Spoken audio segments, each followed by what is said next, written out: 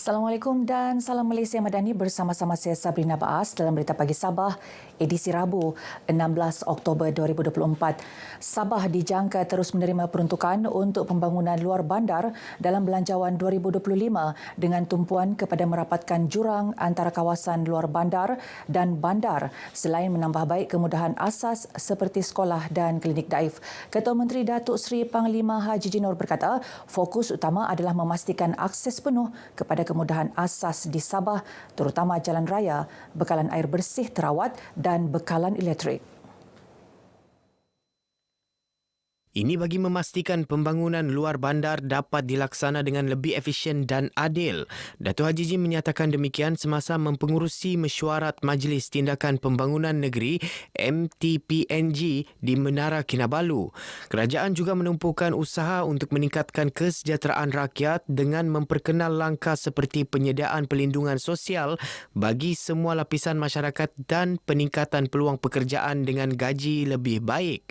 Dalam pada itu, Datuk Haji Jin menyeru agar semua agensi dan jabatan di Sabah menilai prestasi masing-masing untuk tempoh suku ketiga tahun ini serta mencari peluang bagi meningkatkan prestasi projek pembangunan negeri. Beliau juga mengingatkan bahawa projek pembangunan persekutuan seperti sekolah dan klinik boleh dilaksanakan tanpa menunggu pengeluaran hak milik tanah asalkan tanah tersebut telah diwartakan untuk tujuan berkenaan. Kerajaan negeri akan memudahkan proses tersebut bagi mengelakkan kelewatan dalam pelaksanaan projek berkenaan.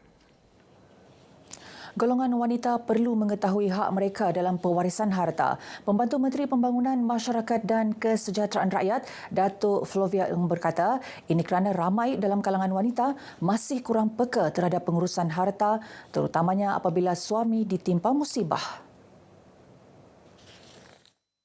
Datuk Flovia berkata perancangan pewarisan harta dalam kalangan masyarakat khususnya kepada wanita mempunyai implikasi besar kepada kesejahteraan keluarga.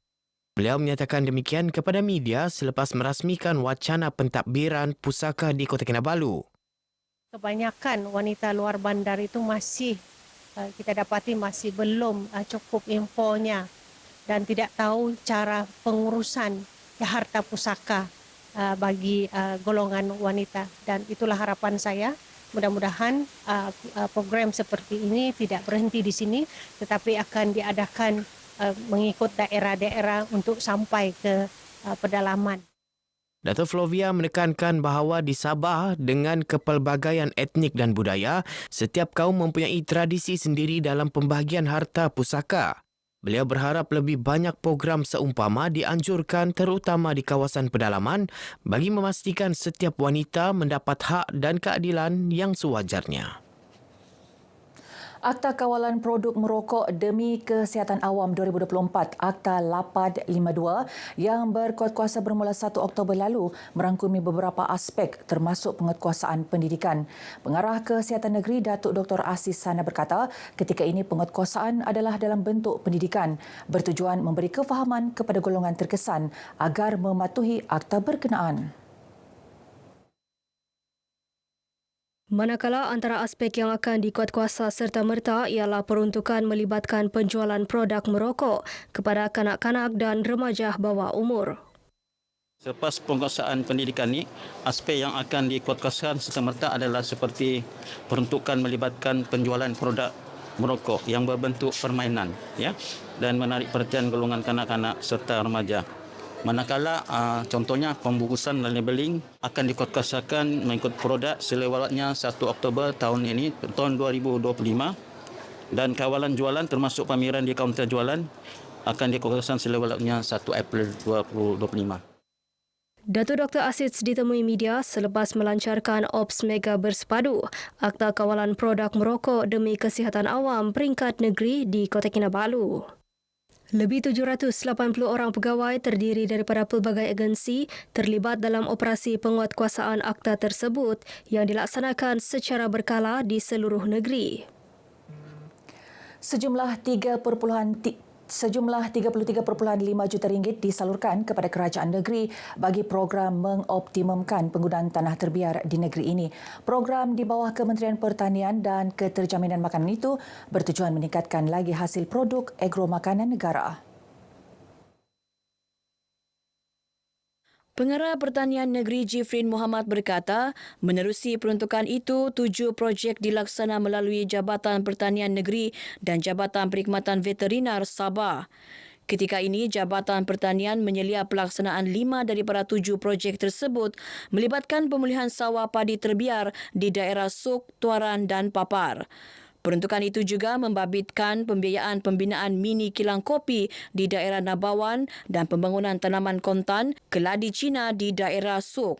Jifrin menyatakan demikian selepas meninjau pelaksanaan dan perkembangan projek-projek berkenaan di Nabawan. Usaha menyebar luas hala tuju kerajaan dan penerapan nilai cintakan negara akan lebih berkesan dengan penglibatan ahli komuniti madani. Ketua Polis Daerah Kudat Superintenden Muhammad Haris Ibrahim berkata, ahli komuniti madani merupakan rakan strategik membantu kerajaan menyebarkan maklumat dan informasi sahih kepada masyarakat di peringkat akar umbi.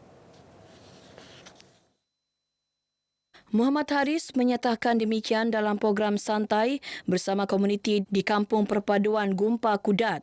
Mengenai program ini, beliau berkata ia mencerminkan mesej positif bahawa usaha penerapan jiwa komuniti madani dalam kalangan masyarakat khususnya di daerah Kudat perlu diperhebat demi keharmonian bersama. Muhammad Haris berharap program komuniti madani ini dapat diperhebat dengan penglibatan lebih ramai masyarakat dalam memainkan peranan sebagai akar umbi Malaysia Madani. Program santai ini yang dihadiri kira-kira 300 penduduk dijayakan 3 komuniti iaitu komuniti Era Madani, Alpa dan komuniti Bistari. Tapak warisan budaya megalitik berpotensi dijadikan sebagai pusat pelancongan di negeri ini. Sehubungan itu, Institut Kajian Pembangunan Sabah IDS bekerjasama dengan Universiti Malaysia Sabah UMS dan Jabatan Muzium Sabah bagi mempromosi budaya megalitik kepada masyarakat sekaligus memberi kepelbagaian dalam sektor pelancongan negeri.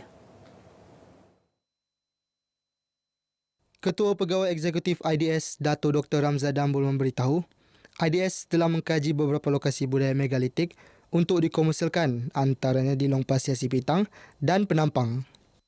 Setiap satunya ada kisah yang tersendiri, di mana dia diambil, bagaimana dia digerakkan, fungsinya untuk apa, dan bentuk-bentuk batu itu sendiri pun kadang-kadang menunjukkan keunikan-keunikan tertentu.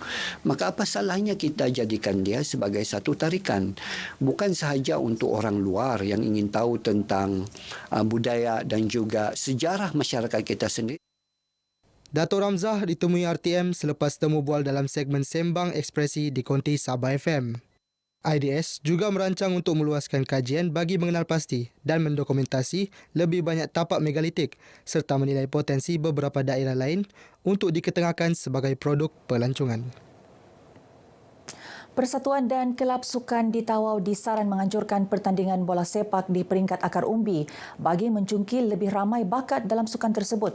Presiden Persatuan Bola Sepak Sabah Safa Tawau, Datuk Nizam Abu Bakar Titingan berkata, mereka yang dibimbing jurulatih bertauliah secara tidak langsung akan melahirkan lebih ramai pemain pelapis yang mampu bersaing di peringkat lebih tinggi. Dato' Nizam yang juga pembantu menteri kepada Ketua Menteri akan terus menyokong usaha itu bagi meningkatkan kualiti bola sepak di Tawau. Beliau ditemui pemberita selepas merasmikan pertandingan bola sepak 9 sebelah NABT Cup 2024 di Padang Bola Sepak SMK Balung Tawau. Mereka inilah juga akan menjadi pelapis-pelapis untuk pemain-pemain yang sedia ada bagi mewakili pasukan Tawau. Seterusnya mungkin akan mewakili Sabah dan juga mewakili negara Malaysia di peringkat yang lebih tinggi lagi. Pertandingan ini menyaksikan pasukan Malindo Mix FT muncul juara sekaligus membawa pulang hadiah wang tunai RM2,000 beserta piala dan medal. Manakala pasukan KLK Kalampung Club dan pasukan Adonara Football Club meraih tempat kedua dan ketiga. 32 pasukan bola sepak kawasan pantai timur Sabah menyertai pertandingan ini. Paparan itu mengakhiri berita pagi Sabah kali ini, menyusul selepas ini berita pagi Sarawak. Dari sungai hingga segara, Palestin pasti